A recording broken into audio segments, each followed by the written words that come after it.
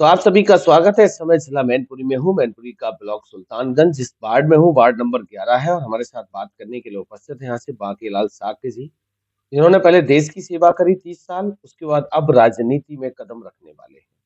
जानने का ये प्रयास करता हूँ कि देश सेवा करने के बाद जो राजनीति के माध्यम से सेवा करने का जो विचार है, वो कैसे आया ज़हन में? जनता ने अगर मौका दिया तो क्या इनकी सोच रहेगी आने वाले समय में और किस तरीके से वार्ड का विकास कराने का काम करेंगे? मेजर साहब सबसे पहले तो आपका स्वागत है। जी, मैं सूबेदार बांकीलाल साक्य, वार्ड संख्या 11।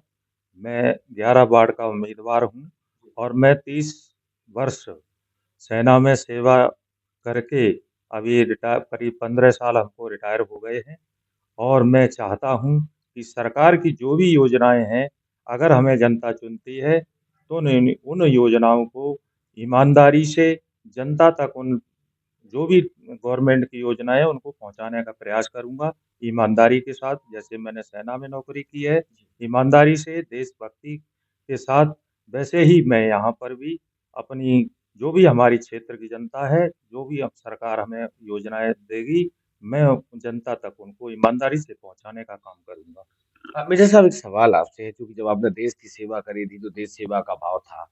अब राजनीति में आप आ रहे हैं तो राजनीति में लोगों का उद्देश्य दूसरा रहता है, लेकिन आप राजनीति के माध्यम से जनता की सेवा कैसे कर पाएँगे? देखिए, राजनीति आपको सभी को पता है कि राजनीति के अंदर लोग थोड़ा-सा जो भी जन सरकार का अ, जो भी योजनाएँ चलाती है, उन योजनाओं को जो भी प्रतिनिधि आते हैं, वो ईमानदारी से पहुँचाने का काम नहीं करते। मैं प्रयास करूँगा, जो भी सरकार योजनाएँ लाएगी, मैं उनको ईमानदारी के साथ गरीब, पिछड़े, जो भी समाज के लोग दलित हैं, उन सबको उनको पहुँचाने का काम करूँगा। क्या किसी पार्टी से भी आप टिकट की माँग कर रहे हैं या फिर निर्दलीय चुनावी मैदान में?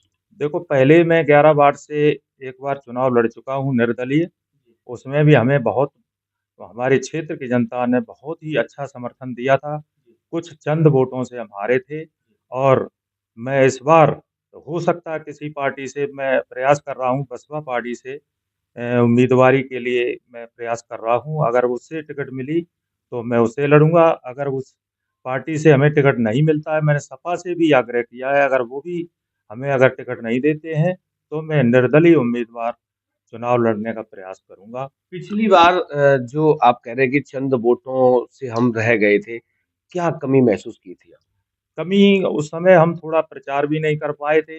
अपना प्रचार-प्रसार क्योंकि हमारी उस समय बेटी की शादी थी और भतीजे की शादी थी, उसी पीरियड के दौरान तो हम अच्छा प्रचार भी नहीं कर पाए थे, लोगों तक अपने विचार नहीं पहुँचा पाए थे।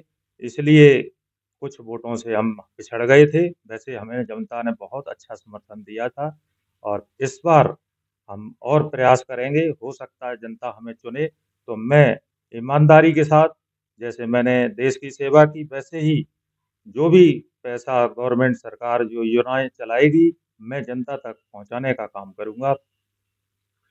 अच्छा चूँकि पिछली बार जो कसक रहती थी कुछ कम, इस बार कितने आश्वस्त हैं कि जनता आपको जनादेश देगी? इस बार मैं पूरी तरह से आश्वस्त हूँ, क्योंकि पिछले साल पिछले चुनाव में थोड़े ही वोटों से मैं हारा था और इस बार हमने काफ़ी जनसंपर्क किया है क्षेत्र के लोगों से और सभी ने हमें आश्वासन दिया है कि इस बार फौजी साहब आपको हम अच्छे मतों से विजयी करेंगे। नव वर्ष का आगमन है, 4 दिन का समय रह गया है, उसके बाद गणतंत्र दिवस का आगमन है। आपकी तरफ से बाढ़ की जनता के लिए क्या शुभकामनाएँ? मैं तो यही संदेश देना चाहता हूँ कि नव वर्ष हमारे क्षेत्रवासियों के लिए आगे भविष्य में गरिमामयी और भविष्य में अच्छे उनके भविष्य की कामना करता हूँ। बहुत-बहुत धन्यवाद हमारी तरफ से भी आपको मेजर साहब चूँकि आपने देश की सेवा करी है, अब राजनीति के माध्यम से जन सेवा करने जा रहे हैं। पिछली बार जो कसक रह गई थी वो इस बार पूरी हो और आने वाला जो नववर्ष है और नववर्ष में पंचायत चुनाव है, वो आपको जनता का उतना प्यार और दुलार दिलाए कि आप जनता की सेवा निरंतर आगे भी कर सकें। बहुत-बहुत धन्यवाद।